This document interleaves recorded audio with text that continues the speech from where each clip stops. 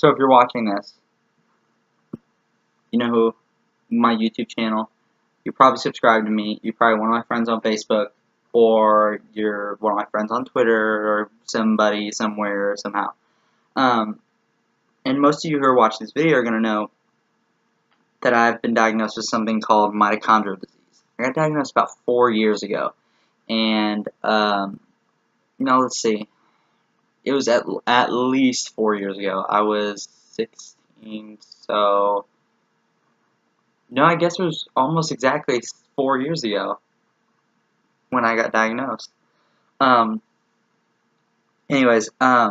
so I was diagnosed with something when I was 16 called mitochondrial disease. And what mitochondrial disease is I'm going to read the actual description right here because I can tell you what it is to me and how it affects me and my definition of it, but I want to give you the scientific definition of it because my definition is the definition of it, but I have a really dulled, like, for my sake, a dumbed down version where I can describe it to people, and it's very simple to describe and things like that. Well, it's not simple to describe, but it's simpler than this. So, mitochondrial myopathy, which is mitochondrial disease. Mitochondrial disease includes a group of neuromuscular diseases caused by damage to intracellular structures that produce energy, the mitochondria. Disease symptoms usually involve muscle contractions that are weak or spontaneous. There is no specific treatment for mitochondrial disease. Research into treatments and other disease aspects is ongoing. There are several organizations devoted to understanding and treating these relatively rare disorders. So, mitochondrial diseases is like one of those 1 in a million diseases. I have I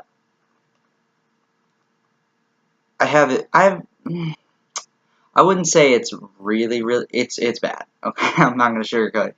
I got it pretty bad.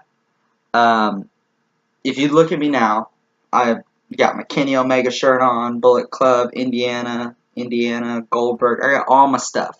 You know, I look like a normal kid. This looks like a normal kid's room, and I'm not a kid. I'm 20, so it kind of is weird that I have all these posters of wrestlers and basketball teams on my wall. But I still do because you know what? I'm a diehard Hoosier and wrestling fan, and that's just how it is. So if you see me walking, if you would have seen me walking on the street, you would have looked at me and you would have said to yourself, that's a normal guy. That's just a normal person, normal guy walking down the street. But what you wouldn't realize is that every morning I wake up and it takes me at least 30 minutes to get out of bed. Not only because I'm tired, and that's on a good day. That's on like a day where I can get up and within a couple hours I can be running, jumping, everything. And that's very rare for someone with mitochondrial disease to be able to do that. And that doesn't mean that I don't have it bad, because I have it really bad. My life's not bad, but my disease, how severe my disease is, I probably should. There's no reason I should be able to do this. But I think it's just because I'm really stubborn and I'm kind of a jerk. So I don't like to be held down by anything. So I just kind of push through it. But every morning I wake up. It takes me about 30 minutes to get out of bed on a good day. And I'd say probably an hour, 45 minutes, 2 hours to get out of bed on a bad day. And on a decent day, it probably takes me an hour. But, and it's not because of the energy, because the mitochondria cell, which is what it affects, it's a dysfunction or a malformation in the cell itself, in the mitochondria cell, and that's what you describe as a power plant cell. It produces the energy, it produces a crazy amount of energy in the body. For me, mine only work up to about 25%, maybe 30, 35%. So I work at about a third of the rate everybody else's does. So I have about a third of the energy as everybody else. And my body's kind of like an energizer battery. My body, and this is the way my mom and dad describe it. It's like I'm like a rechargeable battery. Okay.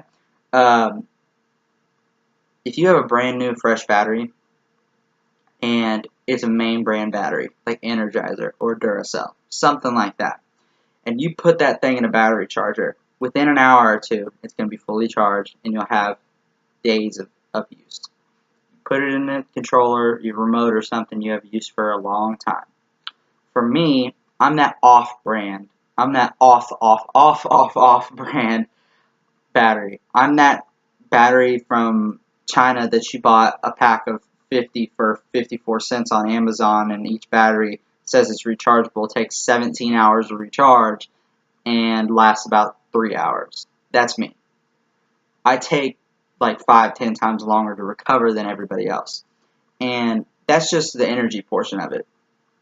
In this video, I'm going to be talking about what the disease is, how it affects me. Then my next video, I'm going to make a little bit of a longer video, and I'm going to talk about my life and how it's affected my life. I'm not going to talk about just the physical effects, but I'm going to talk about everything. So right now, I'm going to get to the pain portion of it. So mitochondrial disease can cause severe pain. Sometimes it's excruciating pain. It really, really is. Some days the pain is so bad that some days the pain is so bad it's like, is it even worth moving forward? Not like living, but like moving forward with my day. Because I always want to live. I want to live. I want to live for a long time. I'm going to live for a long time, but this disease has really taken over my life. And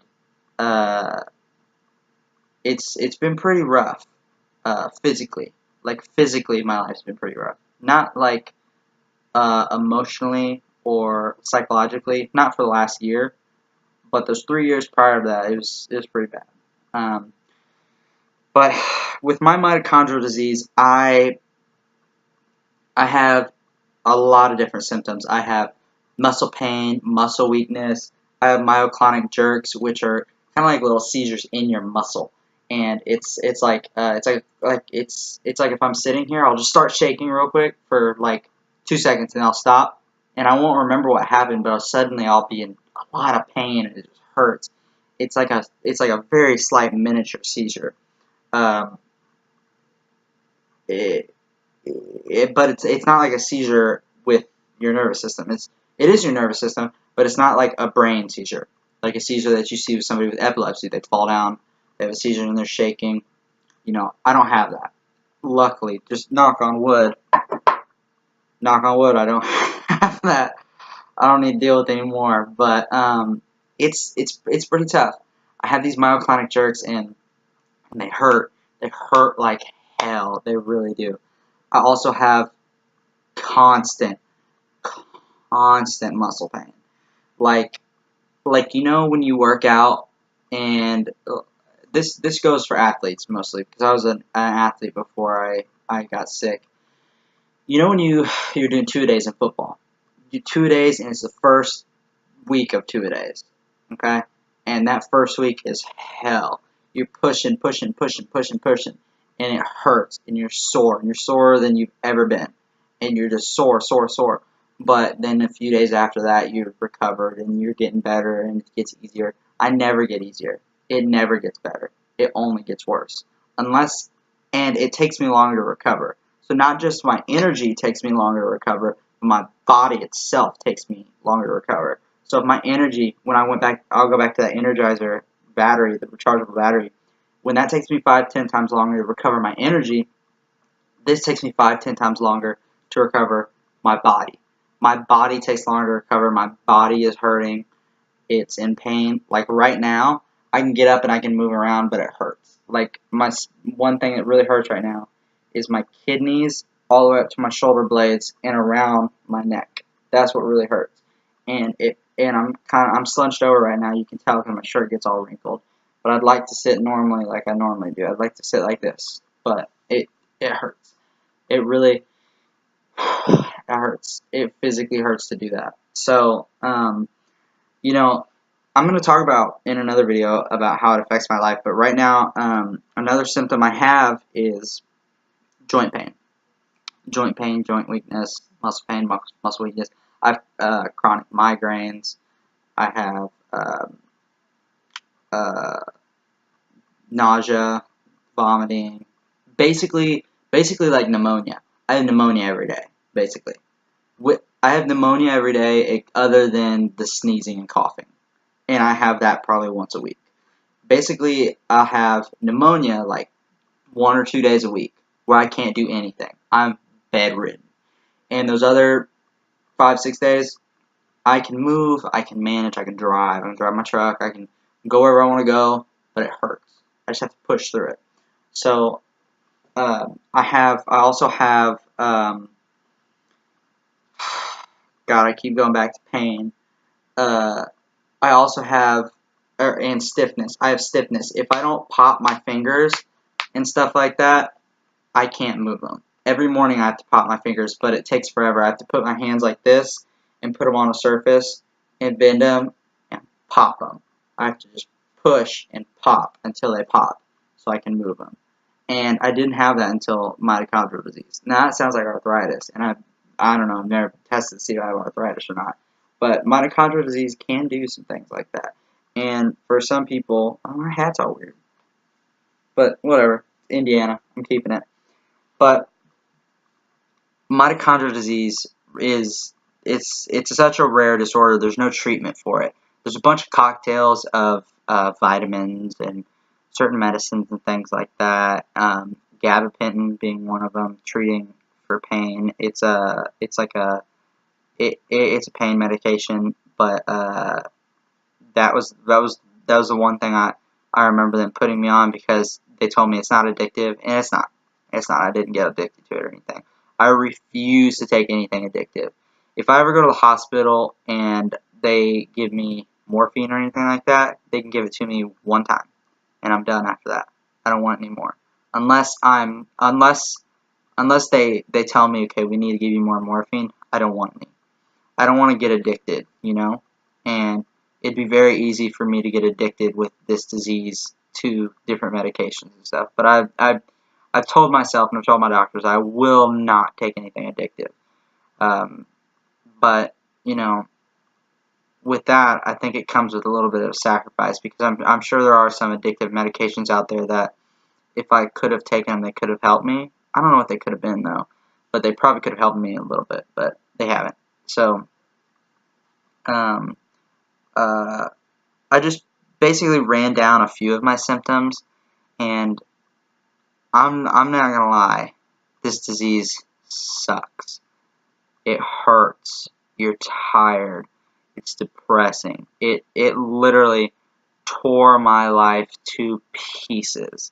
Completely tore me down. I went from the happiest I've ever been to sadder than I could have ever imagined. It's like my kid died. I didn't have a kid, so I don't think I should equate it to that, but my whole life was completely torn apart by this disease, and it's taken 4 years, but I'm finally making an effort to build up my life again. And it's hard, man. This disease is hard. It's rough. It hurts. You are in excruciating pain every day. Your muscles are weak. You can't, like, some days, I'm on my computer right now. Some days I can't even lift my computer. Some days I have to have my 14-year-old sister come in my room, and physically I wrap my hands around her neck and she pulls me up. That literally is something that I have to do some days, or I can't get out of bed. She has to help me up and open the door for me and hold me up against the wall so I can walk myself into the bathroom and go to the bathroom. And then I have to sit down on the toilet and walk and sit there for 30 minutes just to be able to push myself up and walk out of the bathroom. She has to cook for me some days. Some days she has to, you know, help me a lot. And also she has some diseases too, so some days I do that for her too. I mean, this disease has really just been a crap show for my life. But it's getting better. I don't know if it's getting better, but I'm managing better. This disease, I really need to try to raise awareness for this disease. I don't know how I'm going to do it, but I really need to try to raise awareness for it because there are thousands of people, probably even millions of people affected in some sort of way by mitochondrial dysfunction or mitochondrial disease or any sort of myopathy.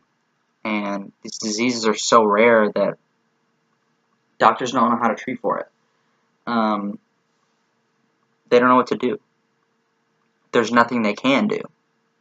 Right now, I'm in Houston, Texas, and yes, I know, Houston, Texas, Indiana stuff. I'm originally from a small town in Indiana of about probably like 15, 20,000 people. Madison, Indiana, right on the Ohio River, across from Carrollton, Kentucky. That's where I'm originally from, and that's where I identify as. I'm a Hoosier. But anyways, we have a doctor here, Dr. Mary Koenig, and she's the one who's been taking care of me. She does most of the mitochondrial disease patients in Houston and Southwest, and in the Southwest. So, she's a fantastic doctor. She's one of the top doctors in mitochondrial disease, as a mitochondrial doctor in the world, probably. So, she's been taking care of me. She's been taking good care of me, and she's helping me get better. She's really helping me, but I just recently had to quit my job at Bass Pro Shop, which is basketball and fishing are the two biggest things in my life ever, and as like a hobby or a sport or a path of life, I always thought if I wasn't professional basketball coach, because I was never really good enough to be a professional player. I feel like I was good enough that I could have made it to college somewhere if I would have had a couple more years of healthiness, because I had to stop playing at the beginning of my junior year of high school. So if I had those last 2 years of healthy playing, I probably could have made it somewhere, even if it was D3 or D2. I could have played somewhere. But, I always thought I could do professional bass fishing, because that was always one of my dreams. I was like, man, that'd be awesome. It's my favorite thing to do outside of basketball. I live and die for it. I got 12 rods right there. I got 12 rods under my entire bed. Is just everything you can imagine for fishing. And that was my dream job. It was literally my dream job from the time I moved here in Texas and started getting into bass fishing. Since I was like 12 years old, it was my dream job. Wanted to work at Bass Pro Shop. Bass Pro Shop. I was a fishing sales associate. I did a pretty decent job, in my opinion. I don't know how I did compared to everybody else. I just tried to do the best I could, and I did the best I could, but my body just wouldn't let me do it, and I had to quit. And it was rough, The month after that was depressing, because I really, for that first month of working there, I was like, I really think I can do this. I really think I really think I could do something productive with my life, maybe one day become a manager or something like that, But my body just wouldn't let me handle it. Just, body wouldn't do it. Mito wouldn't let me do it. Not my body, my Mito wouldn't let me do it. It kind of screwed me. But that's not new. It's happened before. It happens all the time. But this is what mitochondrial disease is like for me. It sucks. It hurts. I'm tired. I feel like I run 5 full marathons a day. And that's not even a day. I probably run 10 of them a day. That's how my body feels. That's how my body feels. Is I've run 10 marathons in a day. It's like 5 in the morning, 5 in the evening. It's bad. And then also with mitochondrial disease comes sleep apnea. You can't sleep. I once stayed up for 4.5 days straight, and they almost had to take me to the ER. I couldn't sleep. I was wired. Don't know why, but I was in severe pain the whole time, and finally I laid down and passed out. But with the help of some NyQuil, and that was not healthy. And my parents don't know about that, but I had to do something. I had to do something because I was dying there. And this disease has really taken over my life and hurt me. But I'm getting through it. I'm pushing through it. I'm getting better.